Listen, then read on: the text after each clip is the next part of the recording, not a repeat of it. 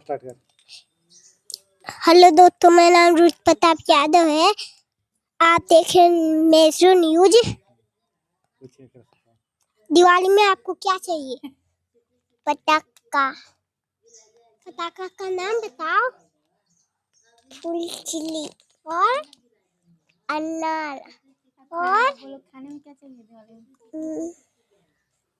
कुछ ना, बस। और पूछे सवाल, ढेर में सवाल पूछे ना, फिर से अलग अलग। अब तुमको खाने में क्या चाहिए? कुलकुले और चिप्स और मजा मिठाई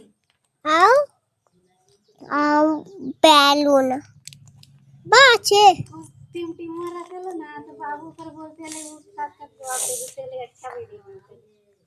ठीक बोल रहे हैं।